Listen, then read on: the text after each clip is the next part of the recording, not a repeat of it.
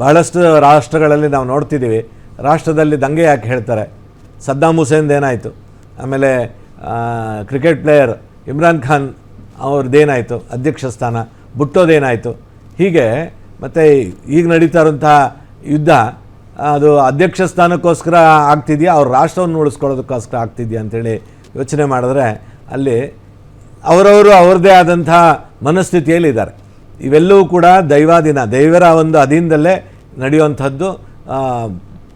ಪಂಚಭೂತಗಳ ಪ್ರಳಯಗಳಾದರೆ ಮನುಷ್ಯ ತನ್ನ ಒಂದು ಬುದ್ಧಿ, ತನ್ನ ಅಧಿಕಾರ, ತನ್ನ ಶಕ್ತಿ, ಸಂಪತ್ತು ಎಲ್ಲವನ್ನೂ ಉಪಯೋಗಿಸ್ಕೊಂಡು ಯುದ್ಧ ಮಾಡುವಂಥದ್ದು ಅಥವಾ ತನ್ನ ಭೌಗೋಳಿಕ ರಾಷ್ಟ್ರವನ್ನು ಉಳಿಸ್ಕೊಳ್ಳೋದು ಅಥವಾ ತನ್ನ ಸಾಮ್ರಾಜ್ಯವನ್ನು ಉಳಿಸ್ಕೊಳ್ಳೋವಂಥದ್ದು ಇದು ಮನುಷ್ಯನಿಂದ ಪ್ರಯತ್ನ ಆಗುತ್ತೆ. ಅದನ್ನು ಕೂಡ ಒಂದು ಯುದ್ಧನೇ ಆಗೋದು. ಭೂಮಿಯ ಮೇಲೆ ಆಗುವಂಥ ಅಥವಾ ಗಾಳಿಯಲ್ಲಿ ಆಗುವಂಥದ್ದು ನೋಡಿ, ಈಗ ಭೂಮಿಯಿಂದ ಮೇಲೆ ಹಾರು ಹೋಗ್ತಿದ್ದಾಗ ಗಾಳಿಯಲ್ಲಾದಂತಹದ್ದು ಆ ಒಂದು ವಿಮಾನ ಅಪಘಾತ, ನಂತರ ಅದು ಭೂಮಿಗೆ ಸ್ಪರ್ಶ ಆಯಿತು. ಆದರೂ ಕೂಡ ಅಲ್ಲಿ ವೈಜ್ಞಾನಿಕವಾಗಿ ನಡೆದ್ರು ಪಂಚಭೂತದಲ್ಲೇ ಆಗಬೇಕು ಸರ್, ಪಂಚಭೂತಗಳಲ್ಲೇ ಆಗಬೇಕು, ಎಲ್ಲ ಪಂಚಭೂತಗಳೇ.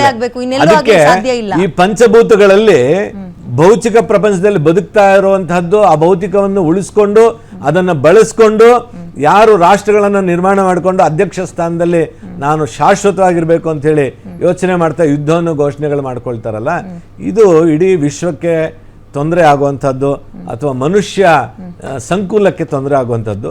ಈ ಯುದ್ಧಗಳನ್ನು ಕೆಲವು ಸಾರಿ ತಪ್ಪಿಸೋದಕ್ಕೆ ಪ್ರಯತ್ನಗಳು ಪಟ್ಟರು ಯುದ್ಧಗಳಾಗುತ್ತೆ. ಇದಕ್ಕೆಲ್ಲವೂ ಕಾರಣ ದೈವ.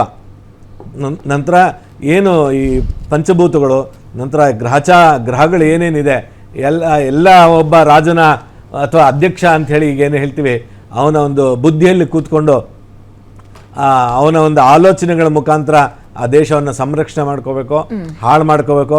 ಅವನೇನೋ ಹೋಗಿ ಬೇರೆ ದೇಶದಲ್ಲಿ ಶರಣಾಗ್ಬಿಡ್ತಾನೆ. ನಾವೆಲ್ಲ ನೋಡಿದ್ದೀವಿ. ಈಗ ಬಾಂಗ್ಲಾದಲ್ಲಿ ಏನಾಯ್ತು, ಅಲ್ಲಿ ಯುದ್ಧ ಶುರು ಆಯ್ತು, ಈಗ ಬಂದು ಈ ಕಡೆ ಬಚ್ಚಿಟ್ಕೊಂಡ್ರು ಬೇರೆ ದೇಶ. ಮುಂದಿನ ಅರ್ಧ ವರ್ಷ ಮನುಷ್ಯರು ಭಯ ಪಡಬೇಕಾಗಿಲ್ಲ. ಮನುಷ್ಯರಲ್ಲಿ ಆತ್ಮವಿಶ್ವಾಸವನ್ನು ಹೆಚ್ಚು ಮಾಡ್ಕೊಳ್ಳಿ, ಆತ್ಮಶಕ್ತಿಯನ್ನು ಹೆಚ್ಚು ಮಾಡ್ಕೊಳ್ಳಿ, ಆಧ್ಯಾತ್ಮ ಜೀವನವನ್ನು ನಡೆಸಿ. ಭೌತಿಕವಾದಂತಹ ಆಸೆಗಳು ಇದ್ದರೂ ಕೂಡ ಆಸೆ ದುಃಖಕ್ಕೆ ಮೂಲ ಅಂಥೇಳಿ ಭಗವಾನ್ ಬುದ್ಧರು ಹೇಳಿದ್ರು ಅಂಥೇಳಿ ಹೇಳ್ತಾರೆ. ಆಸೆ ಇಲ್ದಿದ್ರೆ ಬದುಕೋದಕ್ಕೆ ಸಾಧ್ಯ ಇಲ್ಲ ಅಂಥೇಳಿ ಪ್ರತ್ಯಕ್ಷವಾಗಿ ಅದನ್ನು ಅನುಭವಿಸೋರು ಹೇಳ್ತಾರೆ. ಬದುಕು ರೂಪಿಸ್ಕೋಬೇಕು ಅಂದರೆ ಆಸೆನೇ ಬೇಕು ಅಂತಾರೆ. ಅದಕ್ಕಾಗಿ ನೇರವಾಗಿ ಸ್ಪಷ್ಟವಾಗಿ ಹೇಳ್ತಾ ಇದ್ದೀವಿ, ಭಯ ಇಡಿಸೋವಂತಹ ವ್ಯಕ್ತಿಗಳನ್ನು ನೀವು ನಂಬಕ್ಕೆ ಹೋಗಬೇಡಿ. ಭಗವಂತನ ಮೇಲೆ ಶ್ರದ್ಧೆಯನ್ನು ಇನ್ನೂ ಹೆಚ್ಚು ಮಾಡ್ಕೊಳ್ಳಿ. ದೈವಕ್ಕೆ ನೀವು ಸದಾ ಋಣವನ್ನು ತೀರಿಸಬೇಕು. ಅದಕ್ಕಾಗಿ ತಂದೆ ತಾಯಿಗಳಿಗೆ ಋಣ ತೀರಿಸಬೇಕು, ಪ್ರಕೃತಿಯ ಋಣ ತೀರಿಸಬೇಕು, ಋಷಿ ಋಣ ತೀರಿಸಬೇಕು. ಇದ್ರ ಕಡೆ ಗಮನ ಕೊಟ್ಟು ನಿಮ್ಮ ಕಾಯಕವನ್ನು ನೀವು ಮಾಡ್ತಾಯಿರಿ.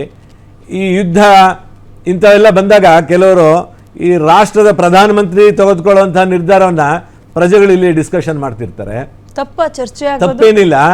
ತಪ್ಪೇನಿಲ್ಲ. ಆದರೂ ಕೂಡ ಆ ಒಂದು ಖಿನ್ನತೆಯ ಆಲೋಚನೆಗೆ ಹೋಗಿ ಅವನ ಕರ್ತವ್ಯವನ್ನು ಅವನು ಮರ್ತೋಗಬಾರ್ದು. ಎಲ್ಲ ಲೋಕಕ್ಷೇಮದ ಲೋಕದಲ್ಲಿ ನಡೀತಾ ಇರೋ, ಜಗತ್ತಿನಲ್ಲಿ ನಮ್ಮ ದೇಶದಲ್ಲಿ ಅಕ್ಕಪಕ್ಕ ನಡೀತಾ ಇರೋ ವಿಷಯಗಳು ಗೊತ್ತಾಗ್ತಾ ಇರುತ್ತೆ. ಯಾರೋ ಒಂದು ತಪ್ಪು ವಿಷಯವನ್ನು ಸಂದೇಶವನ್ನು ಬಿಟ್ಬಿಟ್ರೆ ಇಡೀ ಪ್ರಪಂಚ ಎಲ್ಲ ಪ್ರಳಯ ಆಗಿಬಿಡುತ್ತೆ, ಇಡೀ ವಿಶ್ವ ನಾಶ ಆಗಿಬಿಡುತ್ತೆ. 2025ರಲ್ಲಿ ಹೀಗೆಲ್ಲ ಪ್ರಳಯಗಳಾಗ್ತಾ ಇದೆ, ಪ್ರಳಯಗಳು ನಡೀತಾ ಇರುತ್ತೆ, ಈಗಲೂ ನಡೀತಾ ಇರುತ್ತೆ. ಚಿಕ್ಕದಾಗಿ ಗ್ರಹಣಗಳು ನಡೀತಾನೂ ಇರುತ್ತೆ.